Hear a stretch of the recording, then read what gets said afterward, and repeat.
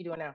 Well, I'm right back in it. The imposter syndrome thing, Mm-hmm. honestly, Yeah. because I have to find a job, because everything's expensive. Yep. My rig's gonna be sold. I've had to get some Mm-hmm. repairs done. Mm-hmm. And so yeah, now I'm just like back on the market. And Mm-hmm. I tell you, Fatima, every time I look at a job posting, it's like, can I do that? Mm-hmm. Can I do Mm-hmm. that? Mm-hmm. And Mm-hmm. uh and so yeah, it's back to that disconnect between this is what these people are looking for. Do I have those skills and those talents? And this is why you and Mm-hmm. I are here right now because, Mm-hmm. a couple of weeks ago, see, I don't have a college degree. Mm-hmm. So a couple of weeks ago, some recruiter sent me an email, about something, and he's like, "Well, can you give me a little bit of information on your educational background?" And I just got mad. Yeah. And I was like, but when I did, what ended up happening is I started thinking really hard about it. Like, these are the things that I've done. I've stood up in front of Disney people. I've done advanced AI modeling Mm-hmm. stuff. Mm-hmm. I know finance data. I worked Mm-hmm. with marketing data. I've Mm-hmm. worked with oil and gas data. I've Gas worked with data. manufacturing data, right? And Mm-hmm. I just jotted all that stuff down. It was like, oh yeah, oh yeah, I Mm-hmm. know stuff. Mm-hmm. And Mm-hmm. so yeah, Mm-hmm. I'm getting back and going on job interviews and Yeah. looking for the So thing. is it how is it having imposter syndrome in your midlife and being aware of your imposter syndrome because you have familiarity with it in your early career? It's I guess you could say there's a little bit of maturity around it. Sure. So I can recognize that, you know what? I'm old now. I'm in midlife Mm-hmm. and I've done things. I just need to remember that I've done things. And Mm-hmm. sometimes I need to write them out. I mean, Mm-hmm. I did this the other day. I was like, you know what? I don't have a college degree, but I listed out all the colleges I visited in my career, and there's like Mm-hmm. something 20 of them or something like that. Mm-hmm. So it's just finding the things that you can do and just Mm-hmm. remembering them. Yeah, for Um, sure. It's you about know, telling your it's story the right way also, mhm. right?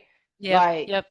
what I'm finding in my midlife that kind of grounds my imposter syndrome a little bit, and it's going to sound super, super vain, but it's okay. Um, when I'm talking to people that don't know my industry or my skill set, I have to remind myself, right? So if I'm talking to a Right, recruiter, they may not know what it takes to do this job and that a college degree or whatever they're reading off of may not be the top ingredient, but they don't know that. And that's not what they're paid right, to know. right. And so it's also about, for me, being confident, cocky, arrogant enough, or however you want to describe it, to push through that barrier and say, yeah, you know what, recruiter, I don't have a formal, 4-year undergrad, but these are the things I've done for the last 30 years, Right, right. right? Like, and so it's sometimes it's positioning and being okay with course correcting a dialogue when someone is trying to take you down a path that is not going to put you in the right light. Yeah, and you say it's cocky and vain, but I think it's more like selling yourself. So, Yes, yes, when I yes. was before we came back home, I was doing, sending out the resumes and I was looking for a remote Mhm. only job. Mhm. Mhm. And they're getting harder to come by. They're still there, Mhm. but they're getting Sure. harder to come by. But you're also in a Sure. bigger pool. Yeah. If you're at home, there's only so many Yeah. people around you looking for the Yeah. same job. Yeah. But when you're doing remote, you're looking at the whole country. That's true. And so, not only am I missing the college degree, but I'm also getting, Mhm. in my Mhm. 50s Mhm. Mhm. and ageism is a Mm. thing. It So is a there's two thing. boxes that I'm not checking when my resume goes through those applicant tracking Absolutely. systems, right? Maybe they Absolutely. need to use AI because they could see the melding of the experience and Absolutely. and the Absolutely. Good point. and the skills.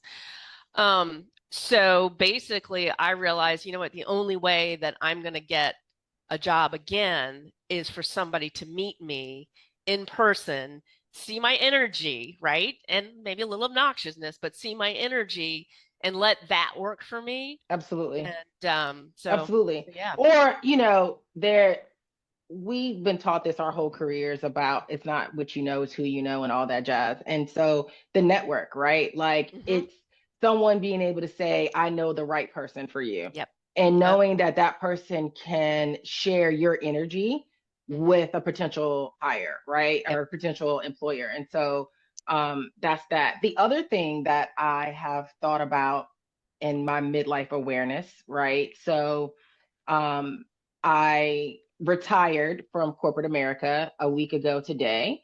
Congratulations. Thank you. And one of the reasons why I didn't want to work for an employer anymore is that as I continue to win my battles on imposter syndrome, I want to be in cultures where I can be me and Yes. I don't have to worry about my imposter voice and not have to worry about those boxes, right? And so it took me probably a year or so to really figure out what I wanted to be in my midlife.